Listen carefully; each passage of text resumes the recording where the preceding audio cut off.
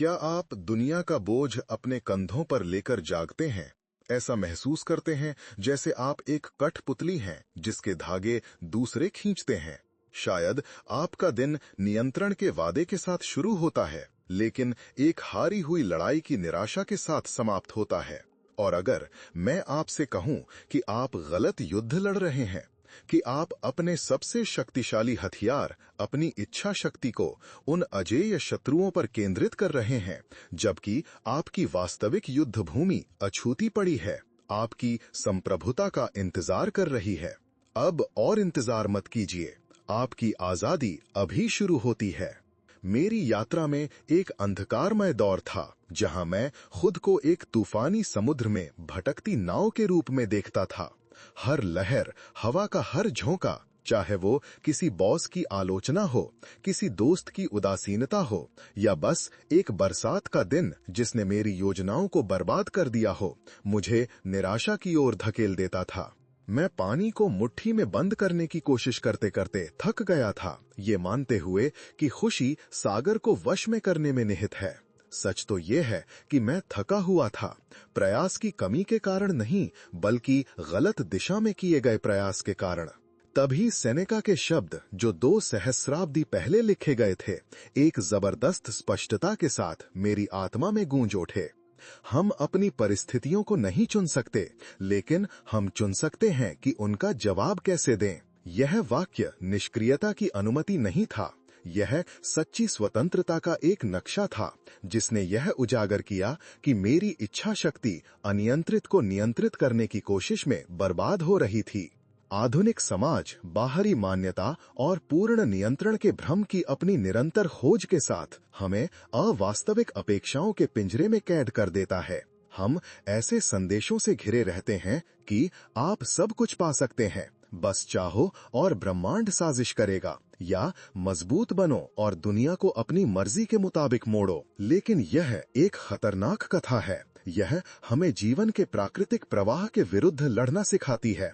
जब वास्तविकता हमारी इच्छाओं के अनुरूप नहीं होती, तब हमें नाराज होना सिखाती है, और जब बाहरी अराजकता अनिवार्य रूप से प्रकट होती है, तब हमें असफल महसूस कराती है। इसका परिणाम चिंता, थकावट और शक्तिहीनता की एक संक्षारक भावना की महामारी है, क्योंकि जिस शक्ति का वे वादा करते हैं वो गलत जगह पर है। इस वीडियो में हम 5 स्टोइक स्तंभों में गहराई से उतरेंगे, जो इस भ्रम को दूर करेंगे, आपकी इच्छा शक्ति की सच्ची प्रकृति को उजागर करेंगे। आप सीखेंगे कि अपनी ऊर्जा को वास्तविक रूप से महत्वपूर्ण चीजों पर कैसे केंद्रित करें, एक अटूट लचीलापन कैसे विकसित करें, और एक ऐसी आंतरिक शांति का निर्माण कैसे करें जिसे कोई भी बाहरी तूफान हिला नहीं सकता। अपनी आंतरिक दिशा को बदलने के लिए तैयार हो जाइए, तूफान के केंद्र में एक अटूट उद्देश्य खोजते हुए। यदि अपने स्वयं के मन और जीवन पर नियंत्रण फिर से पाने का विचार आपके साथ गहराई से प्रतिध्वनित होता है, तो नीचे लिबर्टाडे कमेंट करें। आइए मिलकर उस शक्ति को बाहर निकालें जो हमेशा आपके भीतर रही है। अपने मन को एक बगीचे के रूप में कल्पना कीजिए। क्या आप अपना समय मौसम, बारिश, धूप को नियंत्रित करने की कोशिश में बिताते हैं, या आप मिट्टी को नमपोषित करने, बीज बोने और फल काटने पर ध्यान केंद्रित करते हैं? आप अपनी जीवन ऊर्जा कहां लगा रहे हैं? आप हवा से लड़ने जैसी व्यर्थ की लड़ाई में खुद को थका रहे हैं। आप मानते हैं कि आपकी इच्छा शक्ति बाहरी दुनिया को अपनी इच्छाओं के अनुसार ढालने की कोशिश में प्रकट होती है। आपके बॉस की राय, किसी रिश्तेदार का अनियमित व्यवहार, सुबह का अराजक ट्रैफिक, वैश्विक अर्थव्यवस्था, या यहां तक कि एक निवेश के परिणाम जिन्हें आप सीधे प्रभावित नहीं कर सकते। अनियंत्रित पर हावी होने की यह अथक खोज निराशा का एक अथाह कुआं है। हर असफल प्रयास आपकी जीवन शक्ति को खत्म कर देता है, नाराजगी पैदा करता है और आपको परिस्थितियों का शिकार होने की कड़वी भावना के साथ छोड़ देता है। यह शक्तिहीनता और निराशा के एक चक्र को बनाए रखता है। आप एक थके हुए पहलवान की तरह महसूस करते हैं जो हवा में मुक्के मार रहा है। एपिक्टेटस, एक पूर्व गुलाम जो सबसे प्रभावशाली स्टोइक गुरुओं में से एक की स्थिति तक पहुंचे, ने सिखाया कि सभी ज्ञान की नींव एक प्राथमिक भेद में निहित है। कुछ चीजें हमारे नियंत्रण में है और कुछ नहीं। अपनी कृति एनचिरिडियन में वह विस्तार से बताते हैं कि हमारी राय, हमारी प्रेरणाएं, हमारी इच्छाएं और हमारी नापसंद, संक्षेप में, जो स्वाभाविक रूप से हमारा है और हमारी अपनी कार्रवाई पर निर्भर करता है, हमारे अधिकार में है। दूसरी ओर हमारा शरीर, हमारी संपत्ति, हमारी प्रतिष्ठा और पद, वह सब जो हमारी अपनी कार्रवाई नहीं है, हमारे नियंत्रण से बाहर है। एपिक्टेटस के लिए स्वतंत्रता और खुशी तब पनपती है जब हम अपनी इच्छा शक्ति को केवल पहली क्षेत्र में निर्देशित करते हैं, दूसरे को शांति के साथ स्वीकार करते हैं। इस भेद को अनदेखा करना अशांति को आमंत्रित करना है। इस ज्ञान को आज लागू करने के लिए एक सरल लेकिन परिवर्तनकारी अभ्यास से शुरुआत करें। एक बड़ा सफेद बोर्ड कल्पना कीजिए। बीच में एक ऊर्ध्वाधर रेखा खींचें। एक तरफ मेरे नियंत्रण में लिखें, दूसरी तरफ मेरे नियंत्रण से बाहर। दिन भर जब आप निराशा या चिंता को उभरते हुए महसूस करें तो रुकें। अपनी अशांति के स्रोत की पहचान करें और वर्गीकृत करें। उदाहरण के लिए, यदि काम पर एक प्रोजेक्ट एक सहकर्मी की गलती के कारण देर हो जाती है, तो उसकी गलती मेरे नियंत्रण से बाहर है। आपकी प्रतिक्रिया, समस्या को हल करने का आपका प्रयास, टीम के साथ आपका संचार, यह मेरे नियंत्रण में है। आपका कार्य अपनी इच्छा शक्ति को एक लेजर किरण की तरह मेरे नियंत्रण में वाले पक्ष की ओर पुनर्निर्देशित करना है। जो आप बदल नहीं सकते, उसके बारे में शिकायत करने के बजाय अपनी मनोवृत्ति, अपनी प्रतिक्रिया, अपने सदाचारी प्रयास पर ध्यान केंद्रित करें। अपनी 90% मानसिक और भावनात्मक ऊर्जा केवल उसी पर खर्च करने के लिए प्रतिबद्ध हों जो आपके सीधे अधिकार में है। जब आप इस भेद को आत्मसात कर लेंगे तो आपको एक ऐसी राहत का अनुभव होगा जो एक भारी लंगर गिराने जैसा है, जिसके बोझ का आपको पता भी नहीं था। आपकी ऊर्जा जो पहले हारी हुई लड़ाइयों में बिखरी हुई थी, अब वहीं केंद्रित होगी जहां वह वास्तव में प्रभाव डाल सकती है। आप कम बोझिल, अधिक केंद्रित और विरोधाभासी रूप से अधिक शक्तिशाली महसूस करेंगे। आपकी आंतरिक शांति अब बाहरी दुनिया की अनुरूपता पर निर्भर नहीं होगी, बल्कि आपके मन पर, आपकी अपनी संप्रभुता पर निर्भर करेगी। आपकी इच्छा शक्ति एक सर्जिकल बल बन जाएगी, सटीक और प्रभावी, जो आपके चरित्र और आपके कार्यों को निपुणता से गढ़ने में सक्षम होगी, बजाय एक हथौड़े के जो अटूट को तोड़ने की कोशिश कर रहा हो। आपकी सबसे बड़ी निराशा की जड़ कहाँ है? अक्सर ये घटना में ही नहीं होती, बल्कि उस कठोरता में होती है जिसके साथ आप इस बात से चिपके रहते हैं कि चीजें कैसी होनी चाहिए थीं। आपको अपने मन में जीवन के लिए एक आदर्श पटकथा बनाने की आदत है। एक व्यापारिक बैठक कैसी होनी चाहिए, एक प्रियजन को आपके शब्दों पर कैसे प्रतिक्रिया देनी चाहिए, आपके छुट्टी के दिन मौसम कैसा होना चाहिए। ये अपेक्षाएं कांच की दीवारों की तरह नाजुक होती हैं और वास्तविकता की अप्रत्याशिता के सामने अनिवार्य रूप से टूट जाती हैं। जब जीवन आपकी काल्पनिक पटकथा का पालन नहीं करता, तो आप निराशा, क्रोध या गहरी उदासी की बाढ़ से घिर जाते हैं। खुद को भाग्य द्वारा धोखा दिया हुआ महसूस करते हैं। ये मानसिक कठोरता आपको हर विचलन के लिए एक आसान लक्ष्य बनाती है, छोटी छोटी खामियों को बड़ी निराशाओं में बदल देती है और वर्तमान क्षण की खुशी को चुरा लेती है। आप निरंतर मोह भंग की स्थिति में रहते हैं, क्योंकि वास्तविक दुनिया शायद ही आदर्श के अनुरूप होती है।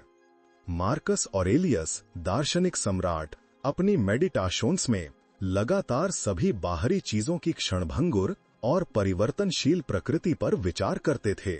वो हमें वर्तमान को वैसे ही स्वीकार करने का आग्रह करते हैं, बिना किसी निर्णय या प्रतिरोध के, ये याद दिलाते हुए कि जो कुछ भी होता है वैसा ही होता है जैसा होना चाहिए। स्टोइक दर्शन क्लाज़ोला दा रेजर्वा या उपशर्त के अभ्यास को सिखाता है।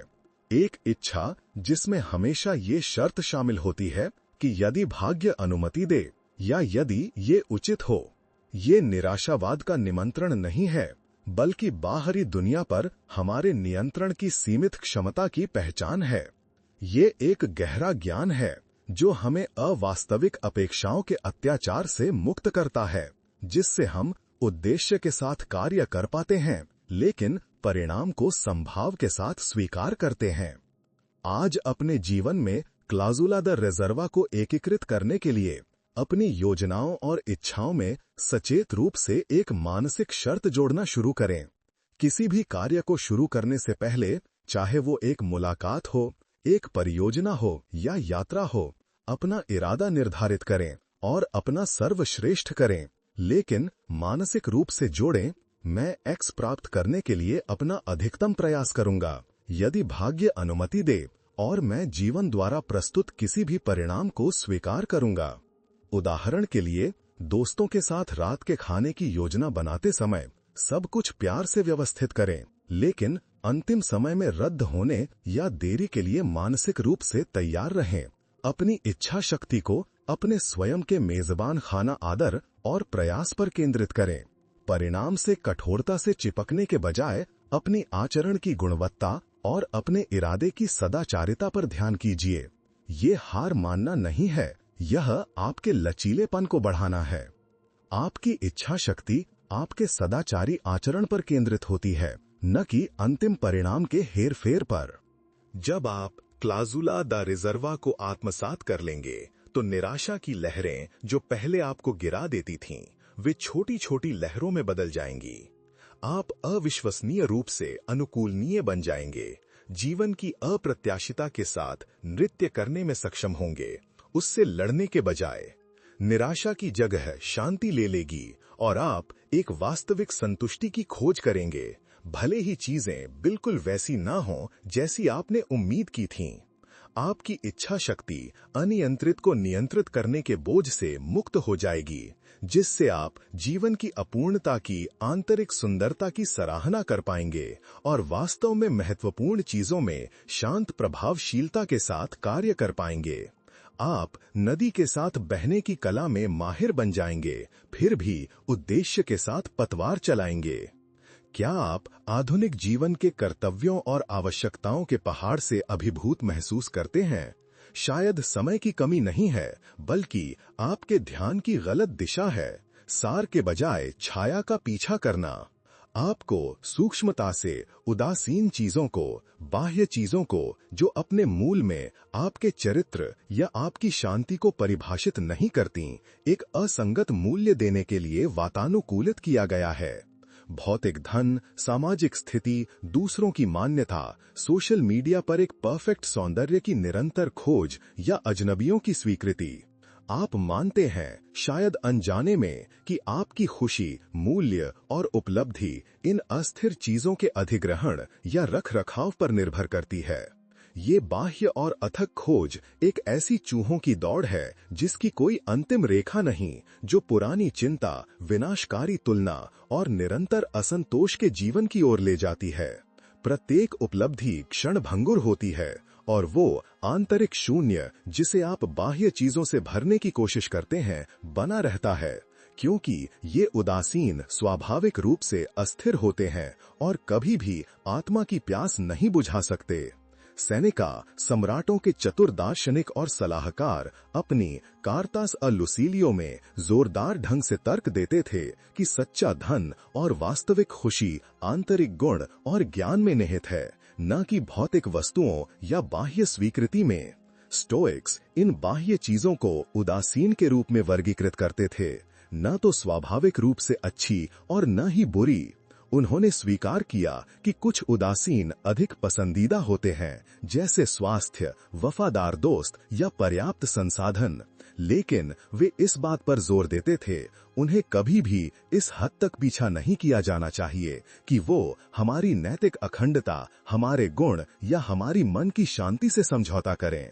सेनेका के लिए सच्ची स्वतंत्रता इन बाह्य जोड़ों से अनासक्ति से आती है, जो जीवन के मात्र आभूषण है, न कि उसकी नींव। आज चयनयक उदासीनता के गुण का अभ्यास करने के लिए एक ऊर्जा सूची बनाएं। उन 5 चीजों की सूची बनाएं जो आपके विचारों, समय और भावनाओं को सबसे अधिक खर्च करती हैं। प्रत्येक वस्तु के लिए अपने आप से क्रूर ईमानदारी से पूछें, क्या ये मेरे चरित्र, मेरे गुण, मेरी अखंडता के लिए आवश्यक है? क्या ये मेरे सीधे नियंत्रण में है? क्या ये वास्तव में एक स्थायी आंतरिक शांति में योगदान देता है, या ये एक अंतहीन बाह्य खोज है? स्वस्थ अनासक्ति का अभ्यास करना शुरू करें।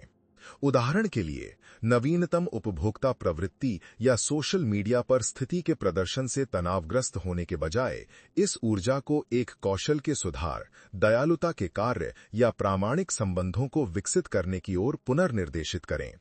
काम पर बाहरी मान्यता की निरंतर खोज से खुद को थकाने के बजाय अपने काम को उत्कृष्टता, अखंडता और एक आंतरिक उद्देश्य की भावना के साथ करने पर ध्यान केंद्रित करें।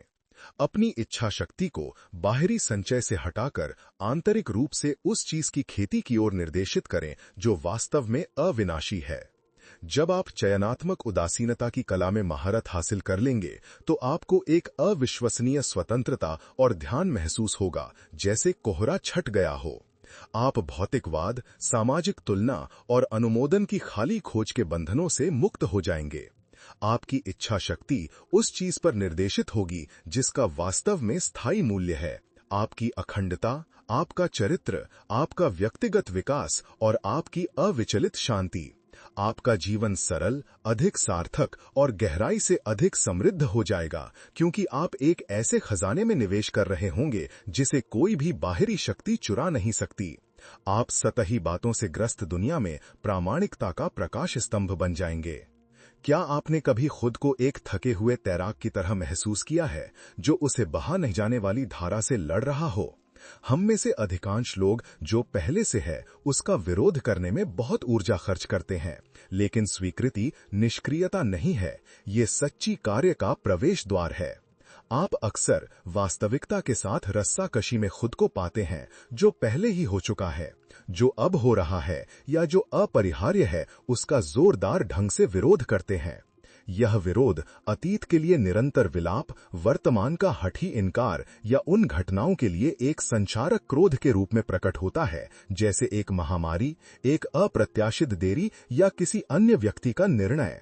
आप गलती से मानते हैं कि प्रतिरोध करके आप किसी तरह शक्ति या नियंत्रण का प्रयोग कर रहे हैं, लेकिन वास्तव में आप केवल अपनी जीवन ऊर्जा को खर्च कर रहे हैं, स्पष्ट तरीके से सोचने की अपनी क्षमता को धुंधला कर रहे हैं और किसी भी रचनात्मक कार्य को पंगु बना रहे हैं।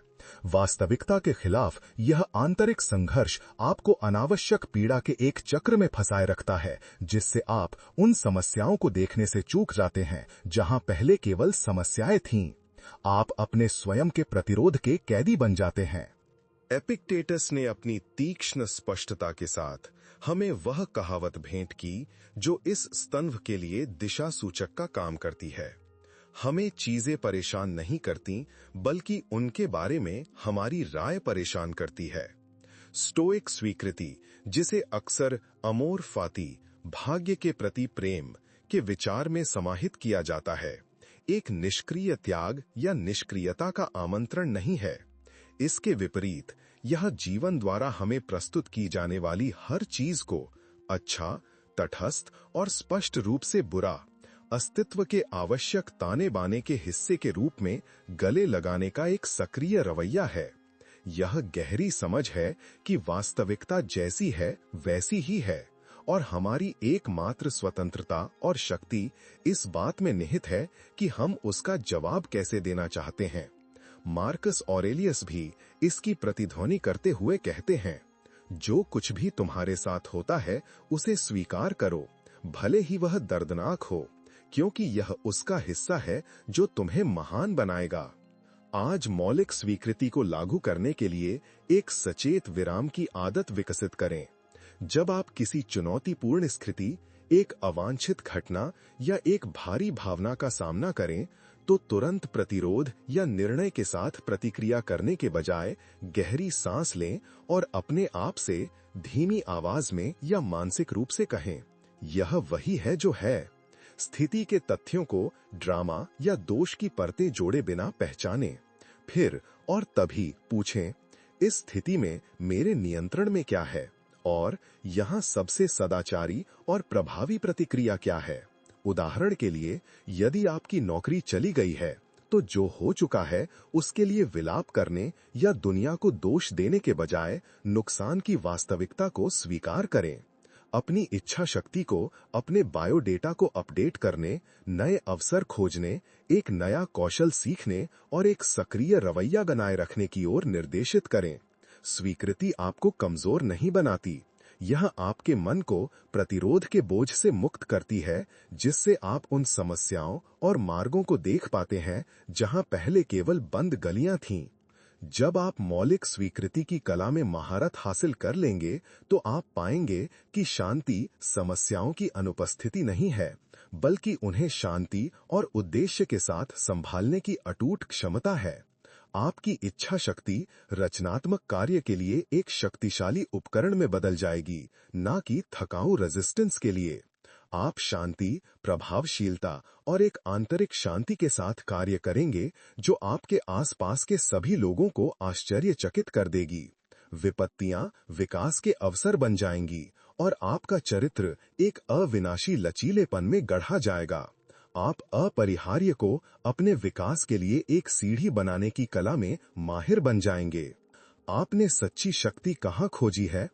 बहुत से लोग मानते हैं कि यह दूसरों या परिवेश को अपनी मर्जी के अनुसार झुकाने में निहित है, लेकिन स्टोइक बताते हैं कि सबसे शक्तिशाली शक्ति एक बहुत अधिक अंतरंग और परिवर्तनकारी क्षेत्र में निहित है। आपको सिखाया गया है कि आपकी इच्छा शक्ति मुख्य रूप से बाहरी दुनिया पर अपनी इच्छाओं को थोपने, परिणामों में हेरफेर करने और उन लक्ष्यों को प्राप्त करने का एक उपकरण है जो अक्सर अनियंत्रित कारकों पर निर्भर करते हैं। आप मान सकते हैं कि मजबूत होने का मतलब कभी हार न मानना, हमेशा चीजों को अपने तरीके से करने के लिए लड़ना, या यह कि भेद्यता एक कमजोरी है जिसे हर कीमत पर छिपाना चाहिए। इच्छा शक्ति का यह विकृत दृष्टिकोण स्वयं पर और अक्सर दूसरों पर अत्याचार की ओर ले जाता है, जिसके परिणाम स्वरूप रिश्ते खराब होते हैं, भावनात्मक थकावट होती है और असंतोष की एक निरंतर भावना होती है, क्योंकि बाहरी नियंत्रण हमेशा एक भ्रम होता है। आप ऐसे वजन उठा रहे हैं जो आपके नहीं हैं, जबकि आपका अपना शरीर कमजोर पड़ रहा है। मार्कस ऑरेलियस, वह सम्राट जिसने विशाल रोमन साम्राज्य पर शासन किया जबकि अपनी मेडिटेशंस लिख रहे थे, मन को एक अभेद्य गढ़ के रूप में वर्णित करते हैं, एक ऐसा आश्रय जिसे कोई भी बाहरी चीज परेशान नहीं कर सकती जब तक हम अनुमति न दें। स्टोइक के लिए इच्छा शक्ति दुनिया को हमारी इच्छाओं के अनुसार झुकाने की क्षमता नहीं है, बल्कि सभी परिस्थितियों में सदाचार चुनने की आंतरिक क्षमता है। ज्ञान, विवेक, साहस, भय के बावजूद कार्य करना, न्याय, दूसरों के साथ निष्पक्ष व्यवहार करना और संयम, आत्मनियंत्रण और संयम, यह वह नैतिक मांसपेशी है जो हमें बाहरी परिस्थितियों की परवाह किए बिना अपनी क्रियाओं और प्रतिक्रियाओं को तर्क और नैतिकता के साथ संरेखित करने की अनुमति देती है। यह किसी भी प्रतिकूलता का सामना करने में अच्छाई, अखंडता और शांति चुनने की संप्रभु स्वतंत्रता है, आपकी एकमात्र और सच्ची संपत्ति। आज अपनी नैतिक मांसपेशी का अभ्यास करने के लिए सदाचार के विराम का अभ्यास करना शुरू करें। प्रत्येक बातचीत में, प्रत्येक चुनौती में, निर्णय के प्रत्येक क्षण में एक पल के लिए रुकें और अपने आप से पूछें, यहाँ सबसे सदाचारी अक्षर क्या है? कौन सा चुनाव ज्ञान, साहस, न्याय और संयम को दर्शाता है? उदाहरण के लिए, यदि कोई आपको अपमानित करता है या अनुचित रूप से आलोचना करता है, तो क्रोध और आवेग के साथ प्रतिक्रिया करने के बजाय एक स्वाभाविक आवेग, संयम और ज्ञान चुनें। अपमान को शक्ति न देने का विकल्प चुनें या शांति और स्पष्टता के साथ जवाब दें। यदि आप एक महत्वपूर्ण कार्य को टाल रहे हैं जिसे आप जानते हैं कि आपको करना चाहिए, तो साहस और अनुशासन का उपयोग करें ताकि आप शुरू कर सकें, भले ही वह केवल 5 मिनट के लिए ही क्यों ना हो। अपनी इच्छा शक्ति का उपयोग अपनी प्रतिक्रियाओं, अपने आंतरिक निर्णयों और अपनी पसंद को नियंत्रित करने के लिए करें। रिश्तों में अपनी इच्छा शक्ति का उपयोग स्पष्टता और सम्मान के साथ संवाद करने, स्वस्थ सीमाएं स्थापित करने और सहानुभूति का अभ्यास करने के लिए करें। अपने स्वयं के नैतिक आचरण पर ध्यान केंद्रित करें, न कि दूसरे व्यक्ति की प्रतिक्रिया या व्यवहार को नियंत्रित करने की अपेक्षा पर। जब आप अपनी इच्छा शक्ति को इस नैतिक मांसपेशी के रूप में प्रशिक्षित करेंगे, तो आप एक अटूट चरित्र वाले व्यक्ति बन जाएंगे। आपकी शांति बाहरी घटनाओं से परेशान नहीं होगी और आप अपनी प्रत्येक कार्य में एक गहरा और स्थायी उद्देश्य पाएंगे, क्योंकि आप अपने उच्चतम मूल्यों के साथ संरेखण में कार्य कर रहे होंगे। आप पाएंगे कि सच्ची शक्ति दुनिया को नियंत्रित करने में नहीं है, बल्कि खुद पर हावी होने में है। जो आप हो सकते हैं, उसका सबसे अच्छा, सबसे सदाचारी और सबसे प्रामाणिक वर्जन बन रहे हैं।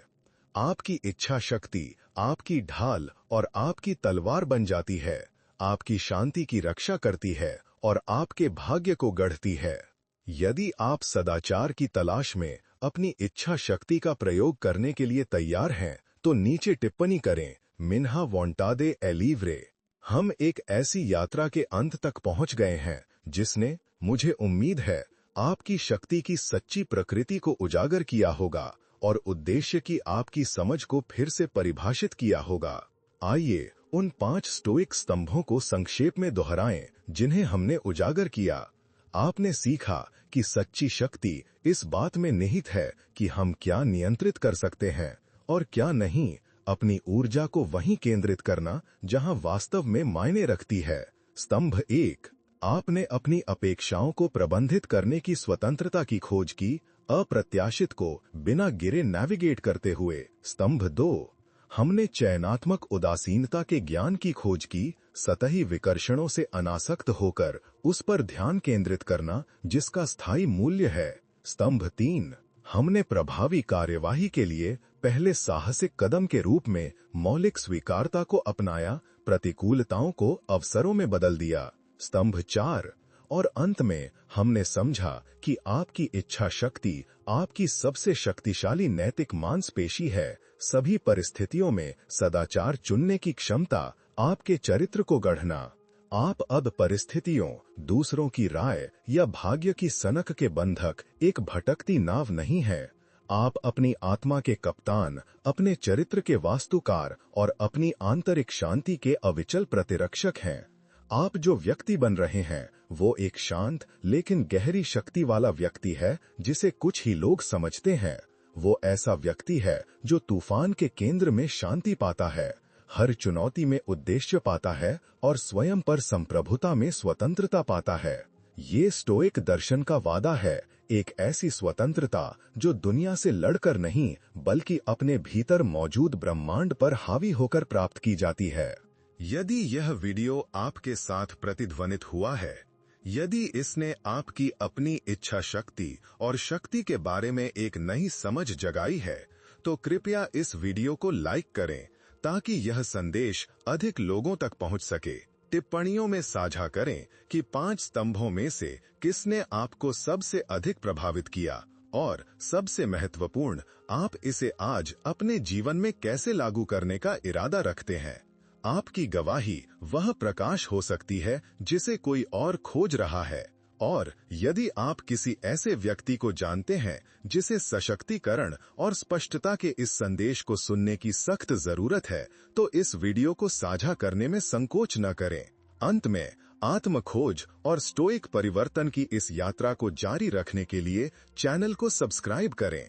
साथ मिलकर हम अटूट उद्देश्य और लचीलेपन का जीवन बना सकते हैं। हमेशा याद रखें, आपकी इच्छा शक्ति आपका सबसे अभेद्य किला है। इसे बुद्धिमानी से विकसित करें और कोई भी बाहरी प्रतिकूलता आपको गिरा नहीं पाएगी, क्योंकि आपकी सच्ची स्वतंत्रता उसमें निहित है जिसे कोई आपसे छीन नहीं सकता।